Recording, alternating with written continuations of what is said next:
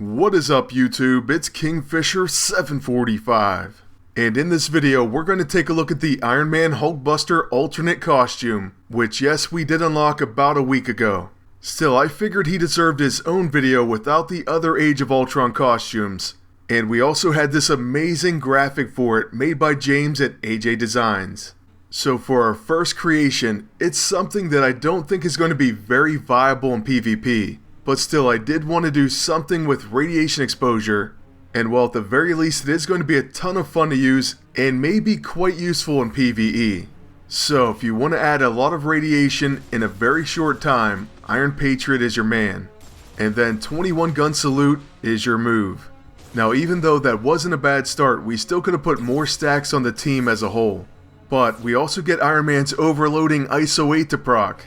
Apparently the enemy agent was trying to use a tech attack, and so we did get to interrupt it. Then because our target had radiation, we get to counter with a Legion Particle Accelerator. That counter is going to make things even worse for this enemy agent, and that's because besides having 4 stacks of radiation exposure, he also has ionized. That debuff comes courtesy of the Particle Accelerator, and it causes him to take additional damage from radiation. Next up, on Iron Man's turn, we're going to use his level 2 Digger Missiles. This is a stealthy attack that's going to cause burning and up to 3 applications of bleeding. I know, not too bad, right? Especially if we do get the max stacks of bleeding. Unfortunately, Red Hulk only got 1 stack and he's going to use his Gamma Bomb. Then here comes a Meltdown, which is going to trigger Pyrophoric twice on our entire team. I tell you what, this battle is really messy, and even though this setup seemed promising, like I said earlier, it's just not that viable in PvP. Sure, there's other things that you could try like the Gamma Radiation Emitter, or the Uber Blaulicht, but one of the big problems right now in PvP is the Worthy's immune to radiation. Plus, as far as this match, we got pretty unlucky on procs. Our agent didn't even really get a turn, and we even end up making a mistake because we were winded. That means only one 21 gun salute's going to fire. But yeah, the simple fact was this team up and setup was not very successful. So I'm just being honest, they can't all be winners. And since my agent really didn't even get to show his setup, I'll go ahead and lay it out right now. We had 3 pieces of the Legionnaire set. The Legion Pulse Rifle, which is an AoE that places radiation exposure and has a chance to perform a preemptive counter. Next we had the Legion Particle Accelerator. It counters targets with radiation exposure, and it causes ionized, so taking additional damage from radiation. And for our final set piece, we use the Legion Transponder. It has Exploit Radiation, as well as Exploit Attrition and Finest Hour. For our one non-set piece, we had the Golden Heavy Ion Beam. That's a quick action weapon that applies radiation exposure and ISO 8 corruption. So yeah, on paper it looked pretty good, but it just didn't work in the meta. So for our second team up, we mix it up just a little bit as far as items, and then we brought in Angel. Angel's going to help us out as far as rising up for those Finest Hour buffs, and he's going to give us both an extra turn. That is Iron Man and my agent. Iron Man already fired his Digger Missiles, so on my agent's turn, we're going to use the Blackest Void, and because of the Safeguard Tactician suit, this is a quick action. That will shut down Null's preemptive counters. Next I'm going to use the Fire Tornado, and that's to exhaust the enemy team. So as you can see, for this build we have the Cube, the Weather Control Device, the Legion Transponder, and the Legion Pulse Rifle. Really, you only need one other set piece to make the Legion Transponder get Finest Hour and Exploit Attrition. The only other thing affected is the cooldown, but in this case we don't mind waiting. Oh, and as a side note, I was recording this originally before the major patch came. Now there's a huge change regarding quick actions. Many things are broken, and I think there's a lot of unintended consequences. However, I wanted to focus on Hulkbuster for this video. So as far as those changes and things that I think we need fixed, I am working on compiling a list right now, and I'll try to make a video about the updates and hopefully let PD know about our concerns in a video that I'll try to post very soon.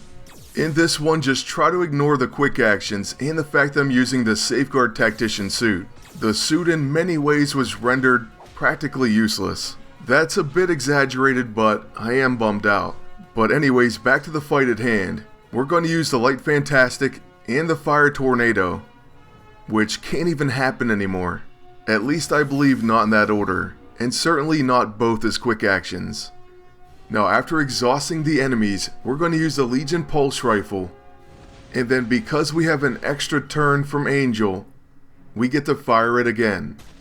All the while we're building radiation exposure stacks on the entire enemy team. Then after this second shot, the evil enemy agent, I don't know if he's Damon or Keenan Ivory Wayans, well I guess he could be Sean or Marlon. Either way, this evil enemy agent takes his turn, but he misses our Angel. Oh, and I don't know if I said this earlier, but I apologize for Angel's wings. I know they get in the way. I guess I should have put them in the middle. But we are going to call in the Hulkbuster, and since he's so massive, we will be able to see at least most of him. Then with his turn, I'm going to use Iron Smash. And we're going to take out the agent with this level 9. There's no way that this won't finish him, so I'm very confident in Hulkbuster's ability.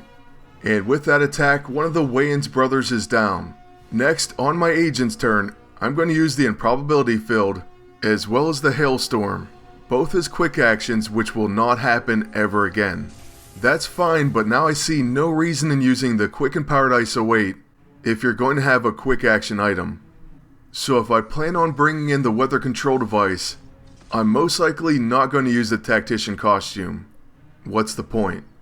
I don't know, maybe I just need more time to settle in. I definitely hate change in real life. It's something that I always struggle with. I don't know if I told you this, but when I go to a restaurant, for example, I order the same thing every single time. And I'll be honest with you, when I order something different, like say I'm talked into it, it always ends up being a disaster. So it only reinforces my no change stance. Also, one change that was needed, Kurth needed nerfed. Well, it didn't happen. But anyways, like I said, we'll talk about that in another video.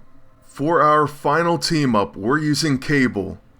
And yes, he's affected as well, so just ignore anything that I might do that he can no longer do. Seriously, it's wild what a difference a day can make.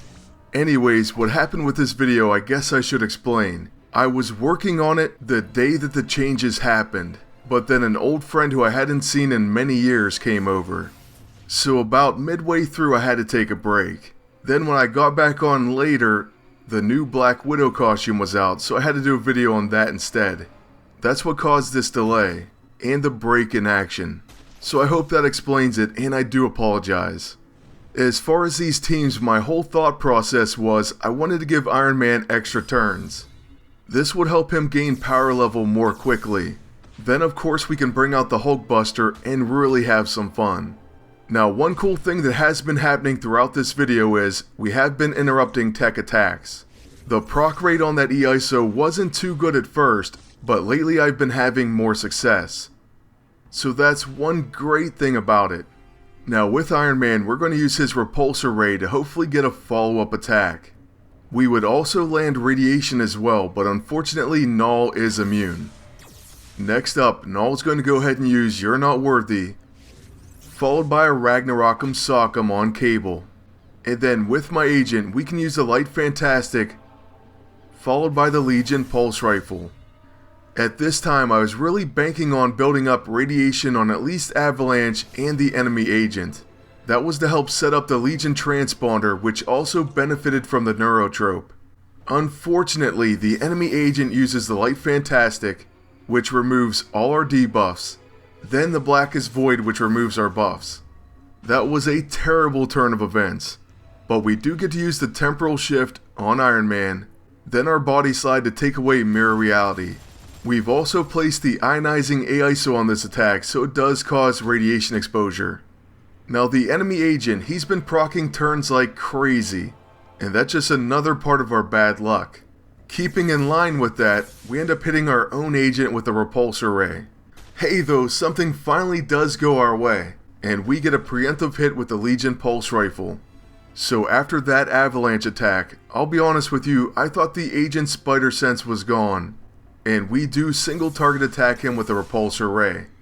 We do end up getting a follow-up attack, so that was pretty cool. And then the best news is we interrupt his tech attack. That may have very well been a major point in this battle. There's no telling what he was going to do. Well, I'm sure we could take a guess.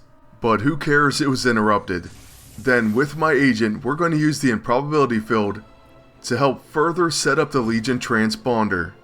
Sadly, the enemy agent's going to take the full effect of this one, but it does knock him out. Then with Cable, we take down Avalanche with our level 1. And now it's time to bring in the Hulkbuster. Or in this case, we should call it the Nullbuster.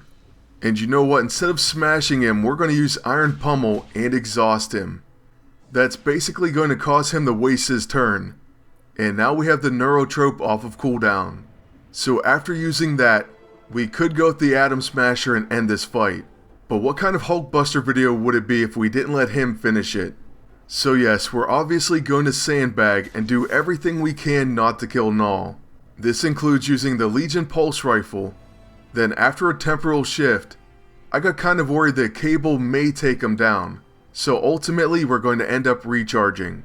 Thanks to Cable's level 9, Iron Man now has 2 attempts if he needs it. But we are going to begin with our Iron Smash. This attack is going to do over 11,000 damage, and that ends this match. It also ends the video, so I want to thank you all for watching and ask you to please like, comment, and subscribe. Then until next time, good luck and take care.